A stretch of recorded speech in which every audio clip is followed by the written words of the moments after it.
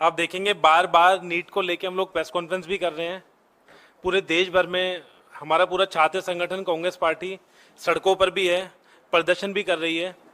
लेकिन बार बार हमें press conference करना इसलिए भी जरूरी है कि आप देखेंगे रोज मीडिया खबरों के माध्यम से वो कुछ ना कुछ हमारे खुद के जो हमारे नेटवर्क हैं, कोचिंग एकेडमी के जो हमारे साथी जो प्रोटेस्ट कर रहे हैं, जो नीट के छात्र प्रोटेस्ट कर रहे हैं, उनके माध्यम से डेली नए नए खुलासे हो रहे हैं। आपने देखा था कि धर्मेंद्र प्रधान जी ने इस पर अभी तक एक ही प्रेस कॉन्फ्रेंस करी थी कुछ दिनों पहले, जिसमें उन्होंने क्लियर तौर पर बोला था कि ना तो ये पेपर लीक है, ना इसमें कोई धांधली है, खाली ग्रेस मार्क्स को लेकर कुछ चीजें हैं उनको हम क्लियर कर लेंगे। तो सुप्रीम कोर्ट ने उसमें क्लियर कर दिया था, ग्रेस मार्क्स वाले बच्चों को दोबारा चांस देने की बात करी थी। उसमें हम सुप्रीम कोर्ट का बहुत बहुत स्वागत करते हैं। लेकिन जिस तरीके से आपने देखा होगा गुजरात में और कल बिहार में भी, और कल बिहार में आपने देखा होगा, उसको मैं बोलूंगा गेस्ट हाउस कांड आपके सामने होगा, जिसमें एक मंत्री जी के भी नाम की आप लोगों के सामने कुछ मैंने मीडिया के माध्यम से न्यूज कटिंग्स भी देखी थी कि किस तरीके से उन बच्चों ने खुद ये कन्फेस करा है कि उन्हें 4 घंटे पहले ये पेपर मिल चुका था नीट का एग्जाम। तो अब ये तो क्लियर हो गया है कि खाली ये पेपर ग्रेस मार्क्स तक ये स्कैम सीमित नहीं है, नीट का पेपर ही पूरा धांधली है। और कहीं ना कहीं मैं मानता हूं इसके पीछे अब धर्मेंद्र प्रधान जी जिस तरीके से एनटीए को बचा रहे हैं।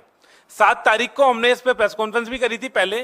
तो जब पहली प्रेस कॉन्फ्रेंस हमने करी थी, हमने पहले ही ये मांग रखी थी, कांग्रेस पार्टी ने भी, एनएसवाई ने भी, कि इमीडिएटली एनटीए के ऊपर जांच शुरू करी जाए। और वो जांच सुप्रीम कोर्ट के रिटायर्ड जज की निगरानी में या करंट जज की निगरानी में, सीबीआई के जो आला अधिकारी हैं उनकी निगरानी में जांच शुरू करी जाए। तो उसके अगले दिन जांच तो शुरू हुई।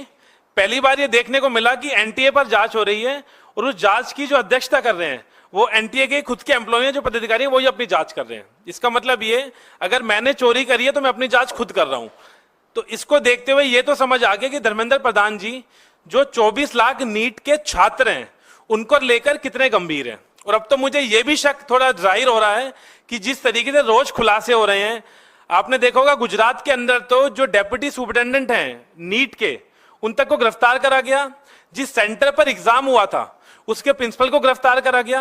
और ये जो गिरफ्तारियां हुई हैं गुजरात पुलिस ने करी हैं, ना कि किसी कांग्रेस पार्टी के किसी स्टेट में हुई हैं, ना कि किसी हमारे पदाधिकारी ने करी हैं। और पुलिस ने, गुजरात पुलिस ने गिरफ्तारियां करी हैं।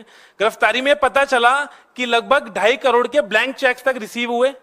उस ब्लैंक चेक्स में उन बच्चों से लिए गए जिनको 65 लाख रुपए कमिटमेंट कर कर लिया जा रहा था कि आपका हम स्कोर बढ़ा देंगे, और 65 लाख रुपए पर बच्चा वो चार्ज कर रहे थे। उसके बाद कल बिहार में आपके सामने है किस तरीके से बच्चों ने खुद कन्फेस करा है। मैंने कल पुलिस की मीडिया बाइट्स भी देखी जो बिहार में इंसिडेंट हुआ उसके बाद। तो ये तो साफ हो गया है कि ये पूरा पेपर लीक भी हुआ है और पूरा स्कोर कार्ड को लेकर भी इसमें आपके सामने आपने नंबर्स देखे होंगे।